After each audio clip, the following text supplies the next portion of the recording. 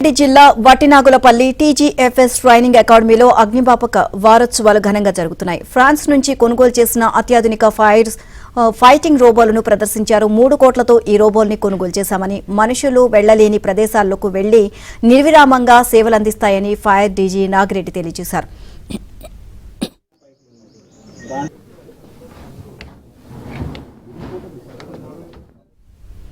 అగ్నిమాపక వారోత్సవాలపై పూర్తి సమాచారాన్ని మా ప్రతినిధి మణికంఠ అందిస్తారు. తెలంగాణ ఫైర్ డిపార్ట్మెంట్ అగ్ని ప్రమాదాల నివారణకు ప్రత్యేకంగా కూడా నడుం బిగించిందని చెప్పుకోవచ్చు. ఇందులో భాగంగానే దేశంలోనే ఎక్కడా లేని విధంగా అత్యాధునిక ఫైర్ రోబోటిక్ యంత్రాలను అయితే తెలంగాణ ప్రభుత్వం సమకూర్చింది. ఇందులో భాగంగా ప్రస్తుతం మనం ఫైర్ ఫైటింగ్ రోబోటిక్స్ వద్ద అయితే ఉన్నాము. మొత్తం ఇవంతా కూడా ఇతర దేశాల నుంచి ఇంపోర్ట్ చేసుకున్నారు.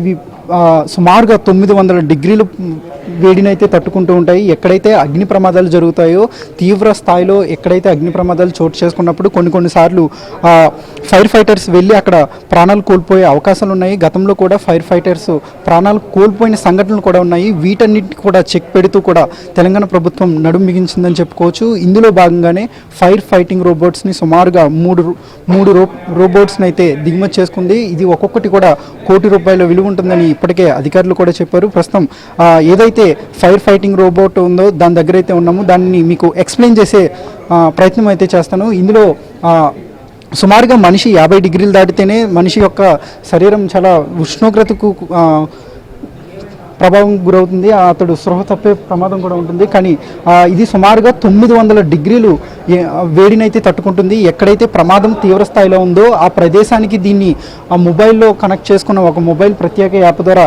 ప్రమాదం జరిగిన చోటుకైతే దీన్ని పంపించవచ్చు. దీంట్లోనే ఆటోమేటిక్గా ఇక్కడ చూసుకోవచ్చు ఎదర అలాగే బ్యాక్ సైడ్ కూడా ఈ రోబోటిక్ యంత్రం ఫ్రంట్ సైడ్ అలాగే బ్యాక్ సైడ్ కూడా 2 కెమెరాలు ఉంటాయి. ఈ కెమెరాలతో ఎప్పటికప్పుడు బయట ఉన్న ఫైర్ సిబ్బంది ఎప్పటికప్పుడు మానిటరింగ్ చేస్తూ ఉంటారు. అలాగే అంతేకాకుండా ఎంత టెంపరేచర్ ఉంది, ఎంత ప్రెజర్లో కూడా వాటర్ పంపింగ్ చేయాలనే విషయాలు కూడా ఎప్పటికప్పుడు ఆ ఫైర్ ఫైటింగ్స్ ఆపరేట్ చేసే మొబైల్ యాప్లో ఎప్పటికప్పుడు సమాచారాన్ని అందిస్తూ ఉంటుంది. అలాగే ఎంతమంది ఉన్నారు, దీంతో పాటుగా చుట్టుపక్కల పరిస్థితి ఎలా ఉందన్నది కూడా పూర్తి స్థాయిలో కూడా ఎప్పటికప్పుడు సమాచారాన్ని అందిస్తూ ఉంటుంది.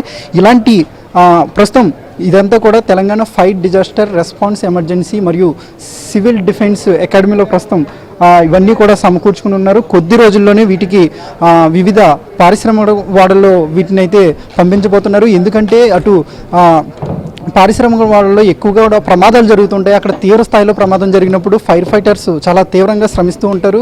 అలాంటి సమయంలో ఎక్కువ ప్రమాదాలు చోటు చేసుకుంటున్నాయి. కాబట్టి ఇలాంటి సందర్భంలోనే ఎక్కడైతే ఫ్యాక్టరీస్ ఉంటాయో అలాంటి ప్రదేశాల్లో వీటిని అయితే మోహరించినట్లు చెప్తున్నారు. మరికొద్ది రోజుల్లోనే అంటే కేవలం 1 నెలల సమయంలోనే వీటిని అన్నింటినీ కూడా వివిధ ప్రాంతాలకు తరలిస్తామని కూడా వీటి సేవలు కూడా త్వరలోనే అందుబాటులో రానున్నాయని పోలీసులు అయితే చెబుతున్నారు. కెమెరామెన్ అజయ్తో మణికంఠ, ఏబిఎన్ ఆంధ్రజ్యోతి, హైదరాబాద్.